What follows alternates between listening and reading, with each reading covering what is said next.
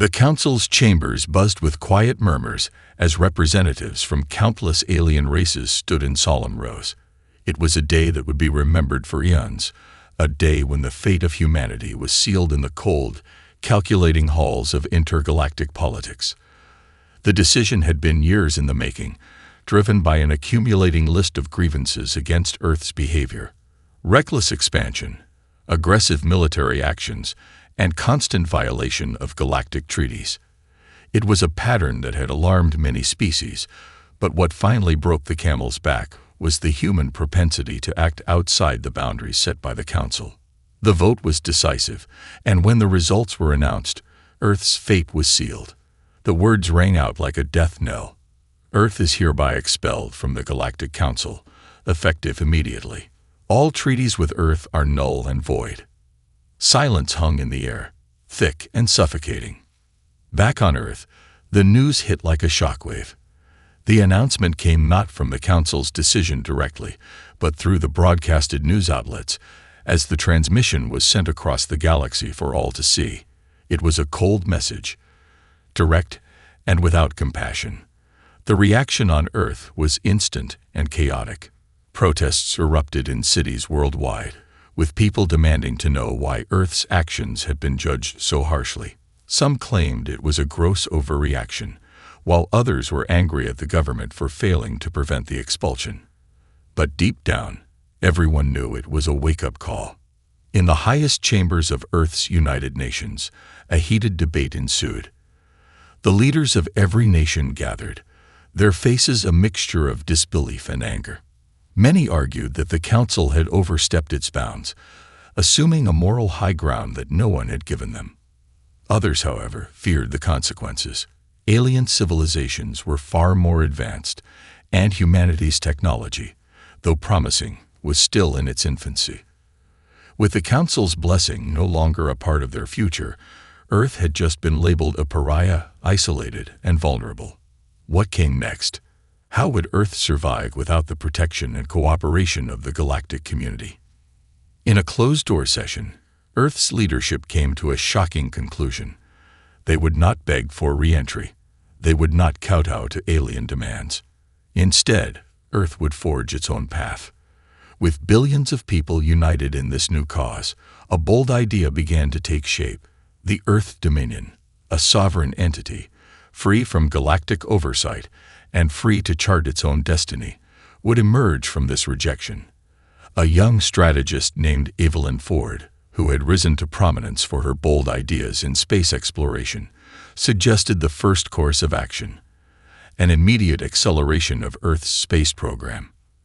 Earth needed to not only defend itself, but also explore and establish new territories, places where humanity could grow and flourish, free from the watchful eyes of the Council. The decision was made.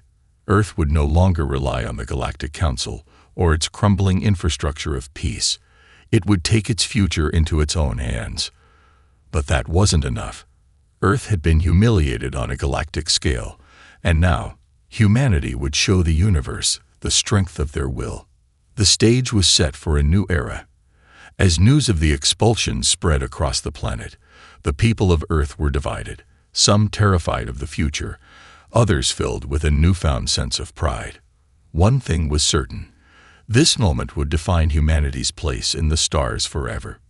For better or worse, Earth's story had just begun. The expulsion from the Galactic Council, though devastating, ignited something within Earth that no one had anticipated: unity. For centuries, humanity had been divided, nations at odds, ideologies clashing, borders drawn in the sand. But the Council's cold decision to isolate them from the galaxy galvanized the planet. The world's leaders, regardless of past political divides, understood that the only way forward was together. At the United Nations headquarters, a momentous meeting took place. There were no more petty differences, no more infighting. Every country, every power, put aside their rivalries and agreed on one single defining goal: survival. But it was more than just survival. It was a declaration of independence. Earth wouldn't just endure, it would thrive. The first step was immediate and calculated. The human race, stripped of its former allies, needed to establish its own dominion, a new power that would stand proud in the galaxy, independent of external influence. Governments pledged resources to form a unified Earth dominion, not one bound by outdated treaties and alien laws, but one driven by human innovation, ambition, and sheer will. The birth of the Earth dominion wasn't just a response to an expulsion, it was a challenge to the universe itself.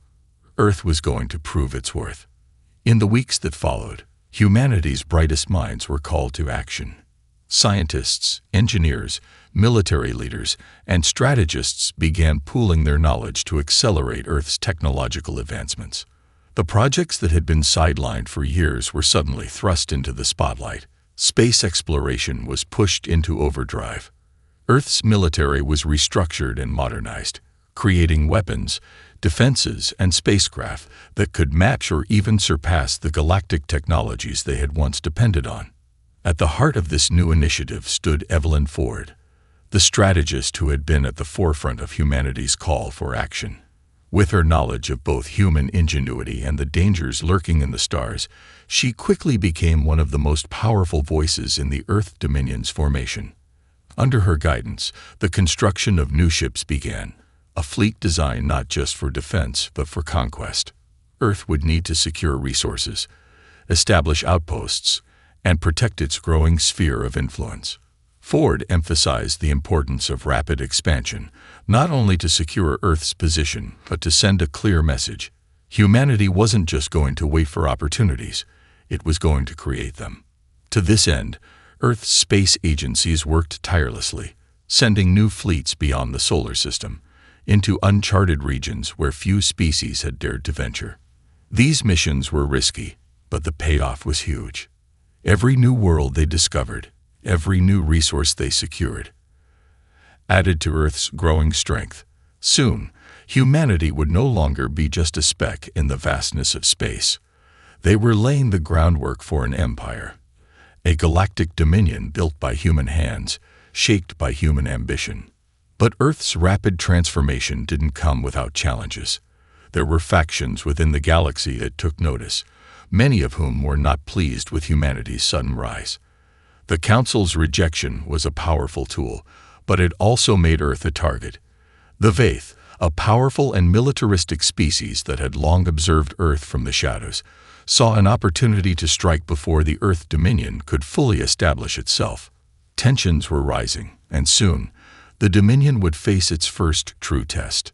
But for now, Earth was determined. United under the banner of the Earth Dominion, humanity would face whatever challenges came its way. The message was clear. Earth would not beg for forgiveness or recognition. It would carve its own path, and the galaxy would soon learn that the human spirit could not be so easily broken. With the Earth Dominion firmly established, the next phase of humanity's grand ambition began. The governments of Earth had united their resources, and now they were ready to launch their boldest ventures. Earth's people were no longer divided by borders or ideologies. They were bound by a single driving purpose: to build a dominion that would command respect across the galaxy. And so, they set to work. The first critical step was the expansion of their space program. Humanity, once confined to a tiny corner of the galaxy, now looked to the stars with a sense of boundless opportunity. Earth's leading aerospace engineers and scientists worked around the clock, designing and building fleets of ships that would explore and secure new territories. These were no ordinary ships. They were marvels of human innovation. The Earth Dominion's new fleet was outfitted with cutting-edge weapons, advanced shields, and energy systems that rivaled those of any other species in the galaxy. In addition to their military capabilities, the Earth Dominion sought to ensure that their scientific research pushed the boundaries of what had once been thought impossible. Massive space stations were built in orbit around the planet to serve as hubs of research and development. Earth's best minds were now focused on projects that could give them an edge in space, faster than light travel, quantum computing, and weaponry capable of defending against the mightiest of galactic forces. The plan was clear. Earth would no longer rely on alien technology. It would lead the charge in innovation. The Dominion also began forming trade relationships with other smaller, less powerful civilizations, those who, like Earth, had been marginalized or overlooked by the Galactic Council. These new allies would provide resources, military support, and strategic advantages as Earth continued to expand its influence. No longer isolated, humanity was building alliances with those who shared their desire for autonomy. Earth's growing network of allies became an essential part of its power. With these alliances in place and their technology advancing rapidly, Earth turned its attention to its first major colony. A distant planet, rich in resources and strategically positioned in the outer rim of the galaxy, was chosen as the site for the Dominion's first major outpost. The colony would serve as both a bastion of human strength and a symbol of Earth's newfound authority. Thousands of settlers were sent to the planet, accompanied by a heavily fortified military presence to protect the colony and ensure its growth. As the colony took shape, Earth's leaders realized that they were not just securing resources. They were making a statement. This wasn't just about survival. It was about making their mark on the galaxy. The Dominion's presence was spreading, and with each new outpost, Earth's influence expanded. No longer a weak, outcast species, humanity was now building a network of power that extended beyond the confines of their home world. But even as Earth made progress, the shadow of the Galactic Council loomed. Many species watched in silence, their curiosity piqued by the audacity of the Earth Dominion. Some whispered that humanity's rapid rise was an inevitable disaster waiting to happen. Others feared that Earth's actions would provoke an even greater conflict. And though Earth's leaders knew they were moving at a pace that could challenge the existing galactic order, they also understood one undeniable truth: to survive, they could not afford to wait for permission from anyone. In the halls of Earth's government, the resolve was clear. The Earth Dominion was not a temporary solution to a crisis. It was the birth of a new era. A new, bold era where humanity would dictate its future, free from the shackles of galactic politics. And with each step forward, they would show the universe that the human spirit was far stronger than anyone had ever realized. The galaxy's silence was deafening after Earth's swift moves to solidify its place. The Galactic Council, with its fractured unity and wary eyes, had yet to strike at Earth, but their discontent was palpable. It didn't take long before the first true challenge to Earth's newfound dominion appeared. The Vaith, a fierce and highly militarized species known for their brutal conquests and territorial dominance, saw the rise of the Earth Dominion as a direct threat to their own influence in the galaxy. For years, they had watched Earth with disdain, dismissing humanity as an insignificant species in the grand cosmic order. Now, however, they saw a powerful, defiant force that could disrupt their long-established control. With chilling precision, the Vaith launched a fleet of warships, headed straight for Earth's first colony on the distant planet of Calathar. Their plan was simple: destroy the colony, crush Earth's spirit, and send a message to the galaxy that no one defied the Vaith without consequences.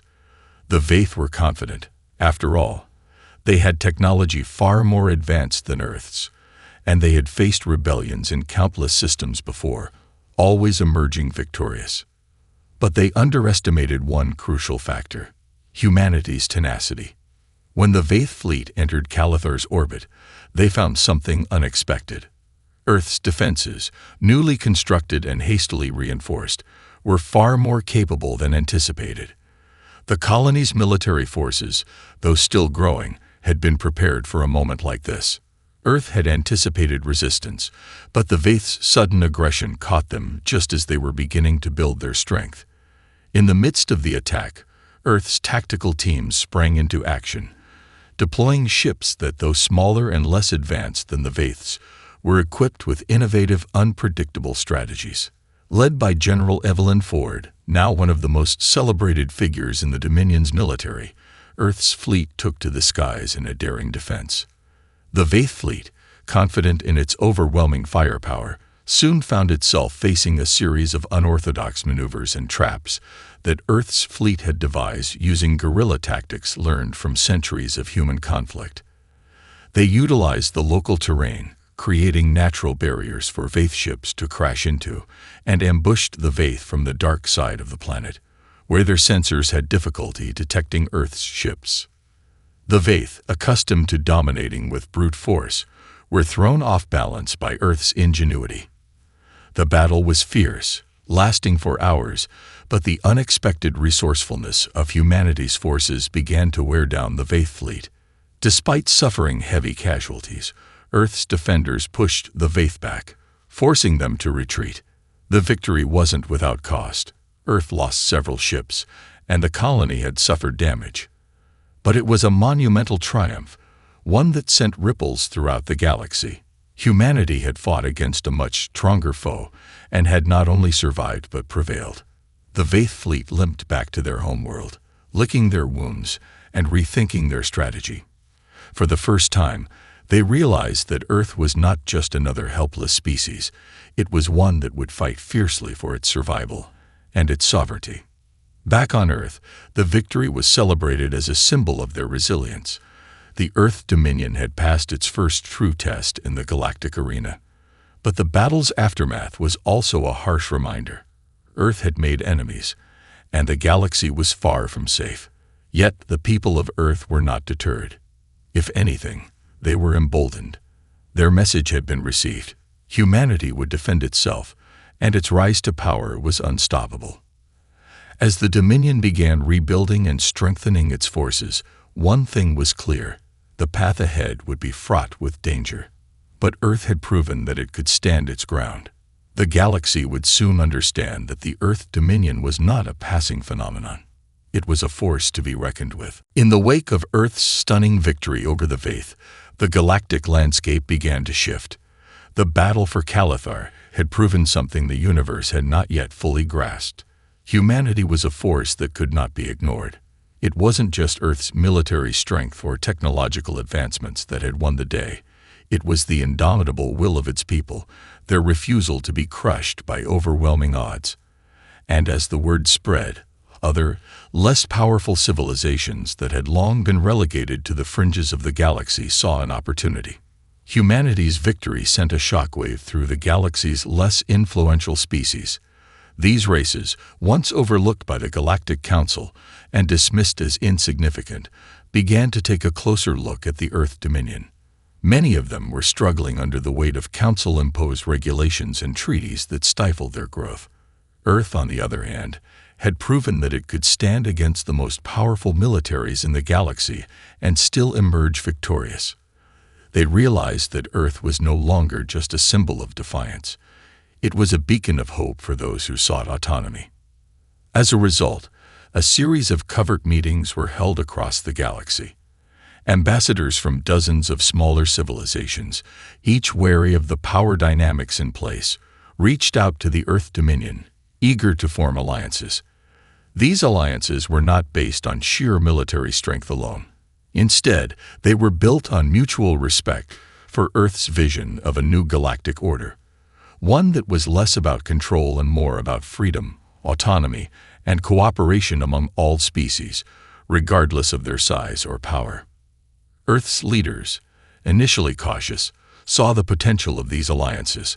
Slowly but surely, they began to extend their influence, forging diplomatic ties and trade agreements that bolstered their position in the galaxy. The Dominion's reach expanded as it established new trade routes, sharing resources with its new allies.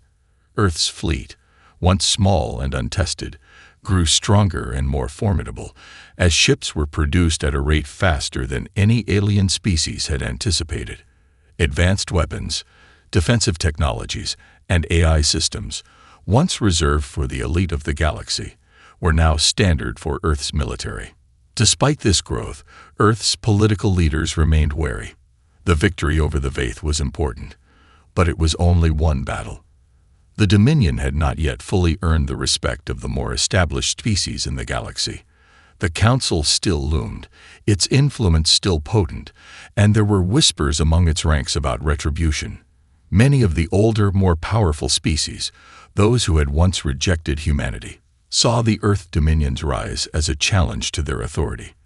They feared that if they didn't act soon, humanity's momentum would become unstoppable. But the Dominion's allies were not so easily intimidated. A council of smaller species began to form, one that countered the council's influence. They spoke out against the traditional galactic hierarchy that had oppressed so many species for millennia. This coalition, led by Earth, was not about conquest, it was about freedom. Together, they proposed a new galactic framework, one in which every species could have a voice, and no race would be subjugated by the whims of the few. The leaders of Earth, now confident in their newfound strength, took the next step in their evolution. Not only would they defend their dominion, but they would push for a new era in galactic politics. They would no longer be passive bystanders to the decisions of others. They would demand a seat at the table, not as supplicants, but as equals. Yet Earth's rise was not without its risks. The larger galactic powers, although hesitant, were growing more aggressive in their stance toward the Dominion. Their combined forces could still overwhelm humanity, and Earth was well aware that it had enemies lurking in the shadows, waiting for a misstep. But humanity's spirit, proven in the fire of battle, was stronger than ever. With the rising tide of support from its allies and a powerful technologically advanced fleet, Earth was poised to take its place as a new power in the galaxy. The stage was set for the next phase of the Dominion's expansion. But with each new step forward, the path grew more perilous. Earth's future, once uncertain, was now a question of how far they were willing to go to secure their independence, and whether the galaxy could accept humanity as its equal. The rise of the Earth Dominion was no longer a secret, nor was it something the galaxy could ignore. Humanity's allies had rallied to its side, and the Dominion's influence was expanding across previously uncharted territories. Yet despite their increasing power and influence, Earth was keenly aware that not all in the galaxy shared their vision of a free cooperative future. The larger, more established powers, particularly the Galactic Council, saw the Dominion's rapid rise as a challenge to the very foundation of galactic order. Behind closed doors, the Council began to deliberate on how best to handle the Earth problem. The Vaith, nursing their wounds from their defeat, had lobbied for a swift and decisive military response. But not all species in the Council agreed. Some, particularly those who had long stood in opposition to the Council's authoritarianism, now quietly whispered in favor of Earth's vision for a more decentralized, egalitarian galaxy. Still, the pressure to act against the Dominion was mounting. Earth's rapid expansion was seen as a threat to the established order that had existed for millennia. The situation came to a head when the Council announced a special summit to address the rise of the Earth Dominion. It was clear that the Council intended to use this summit to decide whether to attempt to reassert control over Earth by force, through diplomacy, or through a mix of both. Earth's leaders, aware that this summit could determine their future, prepared for the worst. Diplomatic channels were opened, alliances were strengthened, and military readiness was at an all-time high. The Earth Dominion would not bow down. Not now. Not after everything it had achieved. As the summit date approached, tensions began to escalate across the galaxy. The Council's rhetoric against Earth grew increasingly hostile, with more and more species openly questioning whether humanity's independence was truly in the galaxy's best interests. It wasn't just about resources or territory. It was about control. Earth was a wild card, a species that had shown it could not be contained, and that threatened the traditional power structures. In response, the Dominion made a calculated move. Evelyn Ford, now the de facto leader of Earth's military efforts, proposed the creation of an elite strike force, one that would be capable of responding to any threat the Council might throw their way. This force, codenamed the Vanguard, was composed of the finest soldiers, tacticians, and military commanders Earth had to offer. It was an insurance policy, a way to show the galaxy that Earth was prepared to defend itself, no matter the odds. The Vanguard was equipped with advanced warships, heavy weaponry, and stealth technology designed to outmaneuver even the most sophisticated enemy forces. As the summit began, Earth's representative, President Leela Harrington, took the stage. Her presence was commanding, and her message was clear. Earth would not be subjugated, nor would it be silenced. She acknowledged the tension between Earth and the Council, but emphasized that humanity sought cooperation, not domination. Earth wanted to be a partner in galactic affairs, not a subordinate. She called for a new era of peace, one where all species could coexist on equal terms, with no one race holding more power than another. But the Council was not so easily swayed.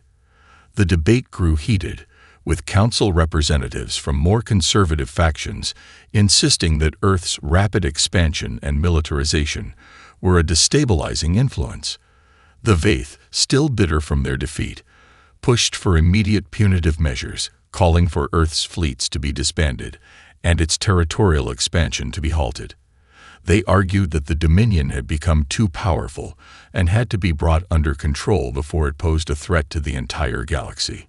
As the summit progressed, Earth's delegates remained steadfast. They refused to back down or compromise their vision for the future. However, the atmosphere grew increasingly tense, and it became clear that the Council was preparing for something more than just words. The diplomatic efforts of Earth were met with resistance, but they also revealed a new truth. The galaxy was changing. Earth was no longer a minor player. It was a force to be reckoned with. In the shadows of the summit, whispers spread of a possible military response from the Council. The stage was set for a confrontation. The Earth Dominion had proven its strength, but now it faced its most dangerous challenge yet. Would the galaxy's established powers accept humanity as an equal, or would they attempt to crush the rising tide of defiance before it could become an unstoppable force? The fate of the Dominion, and perhaps the galaxy itself, hung in the balance. The tension in the galaxy reached a fever pitch as the summit continued, with no clear resolution in sight. The Earth Dominion's call for a new era of galactic cooperation had struck a chord with some, but the more conservative factions of the Galactic Council were unmoved. Behind closed doors, discussions turned from diplomacy to tactics. The Council, still wary of Earth's rising influence, began to strategize a forceful response. If Earth would not bow to their demands for compliance, they would make an example of humanity. The Vaith, fueled by their earlier defeat and their thirst for vengeance, had offered their support for such an operation. As the Council's deliberations dragged on, the Earth Dominion's leadership remained on high alert. Evelyn Ford, now the most respected military strategist in the Dominion, advised President Leela Harrington to prepare for the worst. "We've made our case," Ford said in a private briefing. "But the Council will not allow a challenge to their authority. They've painted us as a threat, and we cannot afford to be naive. If they strike, we must be ready to defend ourselves, not just with force, but with purpose." The Council's decision came swiftly, and it was as brutal as Earth's leaders had feared. They issued an ultimatum. Earth must dismantle its military assets, retreat from its colonies, and submit to the Council's will or face full-scale invasion. The message was clear. The galaxy's powers would not tolerate a rogue species that refused to be controlled. And to make matters worse, the Vaith led the charge, bringing their vast fleet to bear against Earth's burgeoning forces. The Dominion's leadership did not flinch. President Harrington addressed the nation, her voice steady but filled with the weight of the moment. "We will not back down. This is our home, our future, and we will not allow anyone to take that from us. The galaxy may fear us, but they will learn that humanity stands united, strong, and resolute." But it wasn't just Earth's leaders who were determined. The people of Earth, spread across 100 colonies and thousands of ships, felt the call to arms as one. The Dominion's message had struck a deep chord with the populace. This wasn't just about military might. It was about freedom, survival, and the right to determine their own fate. The galaxy had underestimated humanity, but Earth's people were about to show just how much they had evolved in such a short time.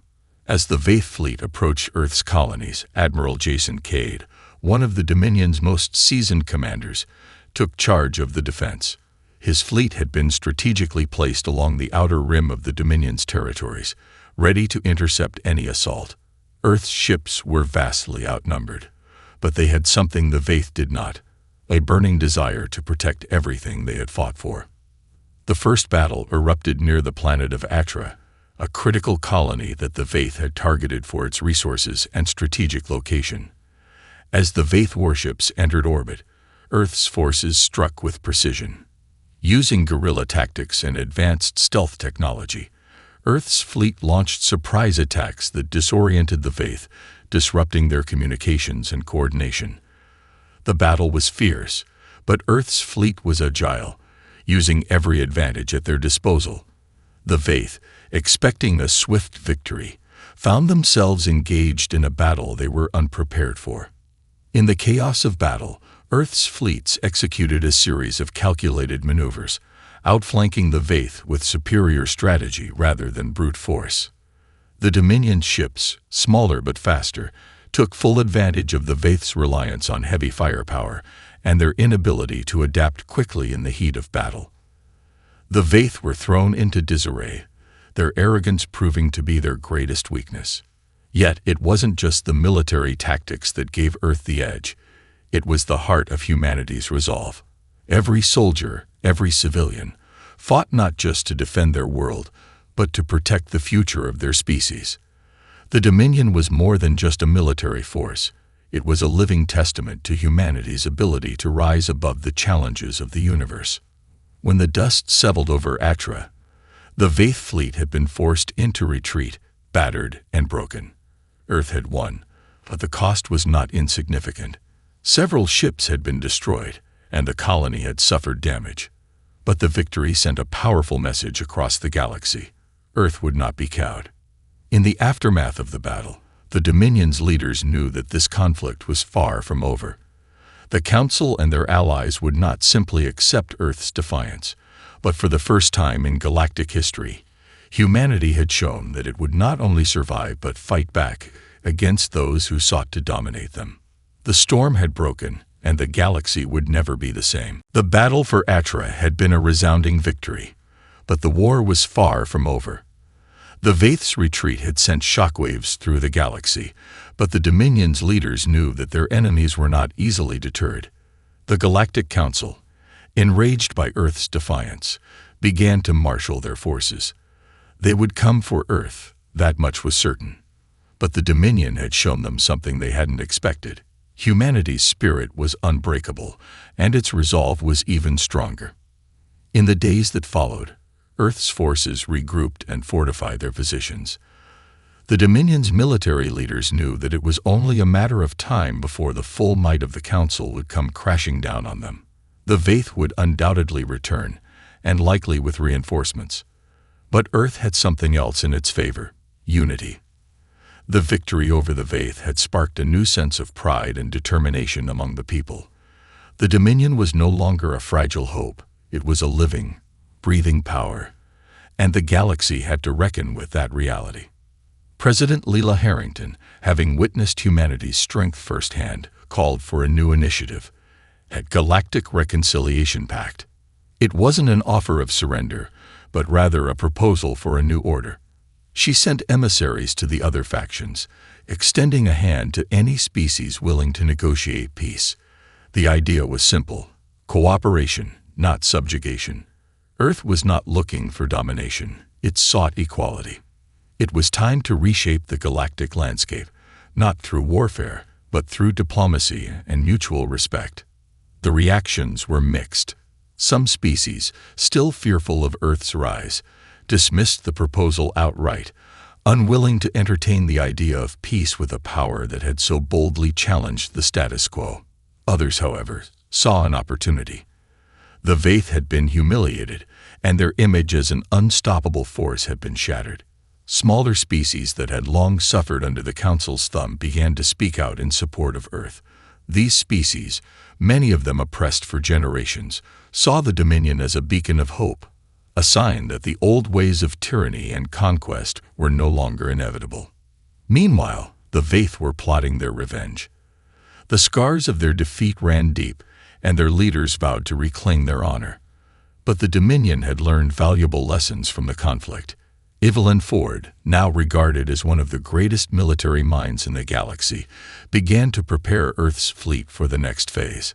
Her strategies were not just focused on defense. They aimed to cripple the Vaith's ability to wage war effectively. Earth would strike first if necessary, but they would also continue to outmaneuver their enemies, using their superior tactics to maintain the upper hand. The Dominion's military had become a force to be reckoned with, but it wasn't just about strength. It was about something deeper. The shared conviction that humanity's future in the galaxy was one they would carve out with their own hands. Earth wasn't going to be just another pawn in the galaxy's power struggles. It was going to set the terms of its own existence. The battle for the galaxy was not over, but the tides had begun to shift. As Earth continued to solidify its alliances with smaller species, its influence grew. The Reconciliation Pact gained traction, and though it wasn't universally accepted, it provided a new pathway forward. Some species, exhausted by years of conflict and control, began to see the wisdom in Earth's call for a more equitable galaxy. In the midst of this political upheaval, Earth's leaders never lost sight of their ultimate goal: peace through strength. They had proven that they could fight and win against overwhelming odds, but they also knew that lasting peace would not be won on the battlefield alone. It would require diplomacy, unity, and a commitment to the idea that all species, no matter their size or history, had the right to self-determination. The universe had changed. The Earth Dominion was no longer a fledgling power. It was a force that commanded respect, a symbol of defiance in the face of tyranny. But even as the Dominion stood tall, the threat of further conflict loomed large. The galaxy had never seen anything like Earth's rise, and its response would determine whether humanity's vision of a new order could become a reality. As the stars stretched out before them, Earth's future remained uncertain, but its place in the galaxy was no longer in question. The dawn of a new era had arrived.